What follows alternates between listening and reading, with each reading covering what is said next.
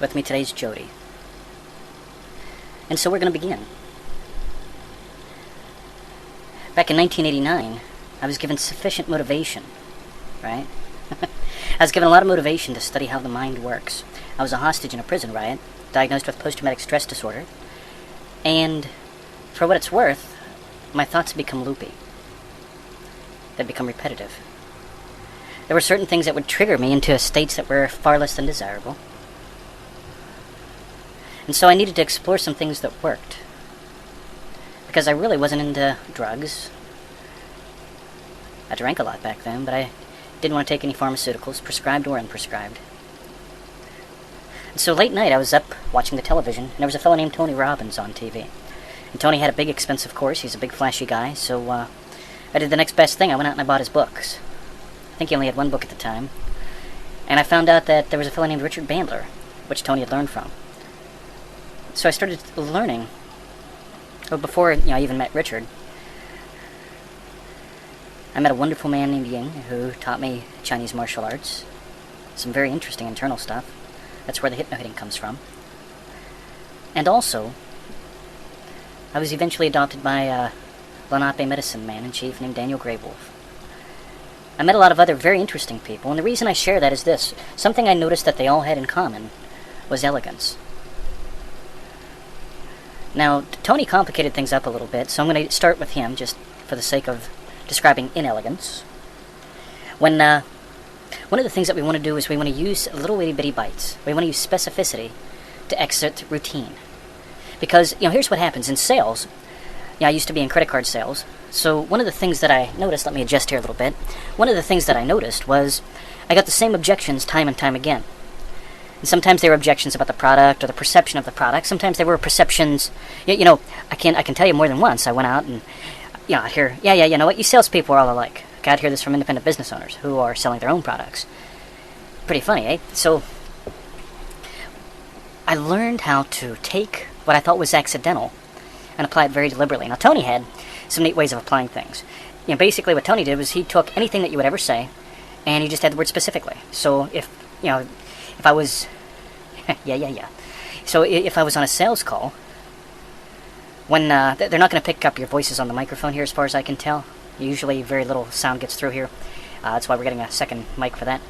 So when I'd be out on a sales call, one of the things that I would notice was people would say, "Well, I don't want to take credit cards." Well, they made an appointment. I'm there. And that's at the point where I can try to talk them into it. I can say, "Why don't you want to take credit cards?" Or I can, you can do a lot of things. But what I discovered was that you can very elegantly change the direction of their thinking. Now, Tony would say, well, specifically, why is it that you do not want to take credit cards? Or he might say that, who knows. But Tony's thing was, you have questions. You have very, specifically whom? What specifically? Where specifically? Now, one of the things that I noticed the native people and Ying doing, something I also noticed Richard Bandler doing, was that they had discovered a very small key, but as far as I know, no one's ever talked about this or taught it, as far as how to challenge where people get stuck at. And that's what we're going to play with today. So for your first homework exercise, what I want you to do is to just read these 3 little words, okay? White economy envelopes. Okay, they're on your handouts. They're white economy envelopes. No big deal, right? So let's change meaning, because meaning is where we get stuck at. What we put importance on, or doubt, is where we tend to get stuck. So, white economy envelopes. That's just a statement, right? Now, if we say white economy envelopes, notice the change in inflection changes the meaning. 3 little words. We could say white economy envelopes. White economy envelopes? Oh, yeah, there's another color? Okay. White economy envelopes. Got it? Just notice these little things. And what we're going to do first is we're going to add, and I remember hearing this coming from the natives first, okay, when I was working with Daniel and some of the native medicine folks, they would be speaking English supposedly as a second language, and I just thought their funny inflections were ways of, that's how they talked. What I came to discover later, this is how the storytellers actually help people to change and heal.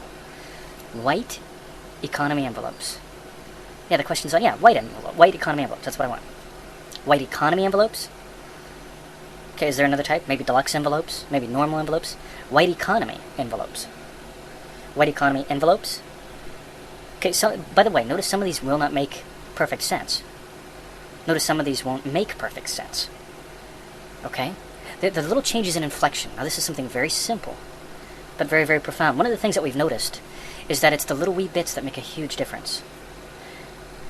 It's the little wee bits that make a huge difference. You can just change where the accentuation is and add humor in.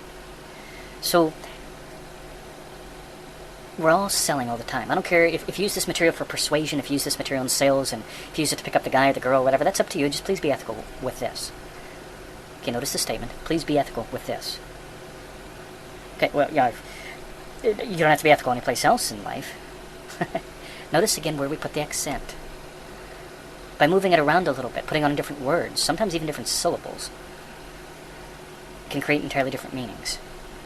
By moving the emphasis. Okay, so a few little practical ways to work with this. Again, we used to hear this in storytelling all the time. When Ying would tell me stories about, he didn't speak much English as far as I could tell. Okay, as far as I could tell you about it. Okay, notice the little changes right there. So when I first started noticing this and hearing about it, well, not hearing about it, hearing it, and finally it started sinking in a little bit, this is a powerful tool for making change. This is a powerful tool for making change. Well, maybe not a tool, maybe a method. And notice how you can create questions. Notice how you can create movement. Okay, a few simple things to start with if you want to create a question. Right? Do you want to create a question? Okay, take the tonality up. If you want to create a command, place it down. Tonality up, question. Okay, notice that makes you... Do you have a question? Question. Okay, if we say the word question... Oh, do I have a question? Okay, if I tell you I have a question, I say question. Questions? Questions. Okay, you just want to fiddle with these a little bit. Command tonality down. Put the tonality down to create a command. Take it up to have a question. Very, very simple. This is very, very simple NLP-ish type stuff. Okay? Let's play with it in a new way. Something else you want to do. Something else you want to do. Something else you want to do. Can just start noticing where people put the emphasis when they're speaking. Because this is where you can have a lot of fun. If you have fun with this, by the way, and one of the things that we tell people, hey, you don't want to work at this. Okay, you don't want to work at this. You want to play with it. Again, notice the little quirks with the language here. One of the things you're going to notice when you listen to this, probably after about the 10th time, when we're first playing with some of this stuff, one of the things that we noticed was the more you listen to it and the more you play with it, the more you're going to notice just little wee bits and pieces all around you. People put importance on the funniest things. In sales, one of the things that I've always loved is when sell people tell me, yeah, everything was going fine, and for some reason they didn't buy. Well, if you really learn to track these things, okay, and notice them. Okay, notice the emphasis on track and notice them. Okay, if you learn how to track and notice them, the emphasis is on them, okay? Start marking out these things, because that's going to make a huge difference. So what you want to do is you want to be able to have a lot of flexibility here. Now you can go through the whole model, the model thing you do, and when the wife says, will you take out the trash? Specifically, which trash do you want me to take out, where to? Okay, that's a nice way. That's called the asshole model as far as I can tell. Okay, now when your wife says, honey, will you take out the trash? Yeah, will I take out the trash? Sure, later on when I get around to it, you have a little bit of fun there. Okay, giggle, laugh, tickle, take the stuff out. Okay, if she's mad at you, now I want you to think about this. Let's start getting a little bit real here. Okay, honey, will you take out the trash? Oh, will I take out the trash? Notice the emphasis was first on, will you take out the trash? Oh yeah, well, the dog ain't gonna take it out. Well, I'm, sorry, honey, hey, I'm just a little, it's right, doesn't that sound a lot better than, yeah, I'll take it out, sorry, I forgot, and that you had to nag me again, right? Play with these little things. Notice how you can do this. Okay, one of the ways that we really tell, people to have fun with this is to just take a few sentences, nothing complex, nothing really long, just take a few sentences out of the newspaper, and play with them. Like white economy envelopes. 3 words. White economy envelopes. White economy envelopes. White economy envelopes. Just do it when there's absolutely... Yeah. Okay, yeah, look at this. Premium multi-purpose paper. Well, what's multi-purpose paper? Yeah, again, we'll put the focus there. Premium multi-purpose paper. Premium multi-purpose paper. Again, notice the difference. Where's the question develop at? Is it on premium? Premium multi-purpose paper? Premium multi-purpose paper? Premium multi-purpose paper? Yeah, paper. Okay, this is where, what you want to do, one of the things that we've always noticed is, well, not always noticed, one of the things that we have always noticed. Okay, notice these little things. I'm going to keep tossing them out to you. You're going to hear it on the tape. Whenever you play with this stuff, whenever you play with this stuff, okay, you can have so much fun and have so much flexibility.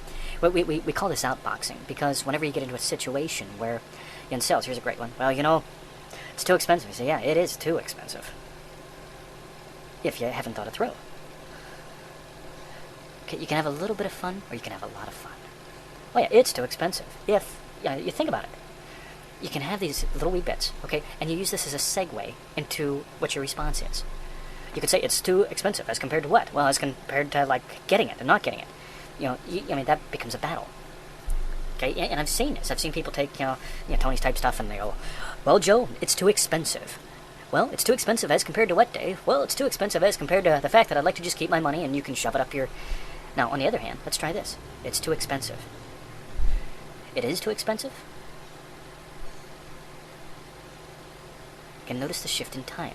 It is too expensive? We play with this with addicts. When I speak with addicts and I work with groups on addiction, one of the things that I've noticed is they want to take past things and make them present. And they want to take future possibilities and make them present. And they're never good. Okay, what they do. So here's what happens. So they go, my name's Jack, and I'm an alcoholic. I say, Jack, your name is Jack, and you are an alcoholic? Oh, and you are an alcoholic. And you are an alcoholic? Again, just notice these little things. If you challenge the verb tense, okay, hi Jack, your name's Jack, and you are an alcoholic. Well, yeah. Okay, that almost invariably, that makes people start looking at different points in their timelines. Now, you can do timelining in a lot of different strange ways, whatever that means. You can play with, the way a person works with time. Okay, you can play with this by having them float up above, visualize where your timeline goes out into the future, out into the right, float up in the air. I mean, we've heard this before, right? And you go out to the front, you plop down, you go back into the present time, and you see what's... Okay, that's all fun and useful, okay, unless you're at a bar trying to pick up a chick or make a sale. Well, what I want you to do, Jack, is I want you to float up into the air, go into the future of your timeline, and take a look and notice what has happened since we have yada, yada, yada, yada, yada. Okay, on the other hand, Bill, this is too expensive. Yeah, this is. I mean, Bill, this is too expensive. This is too expensive? Yeah, I've heard that before. Yeah, this is where you'd expect me to argue with you, right? This is too expensive? Yeah, just saying it like that shifts it toward the past. With some doubt. Okay, it is too expensive? Now, if you shift it back, if you put the emphasis on is with the command tonality, you get in trouble. Okay, let's talk about some ways you get in trouble with this, too. Yes, Jack, this is too expensive. This is too expensive? Okay, just notice that. If you want to put a question in their mind, pick the point of the sentence you want to emphasize, and use a questioning tonality. And you all know what that is. You can notice where the questions in your mind are. Notice where the questions in your mind are. Okay, play with this a little bit. Play with it, play with it, play with it. Because it's the little things here that make a huge difference.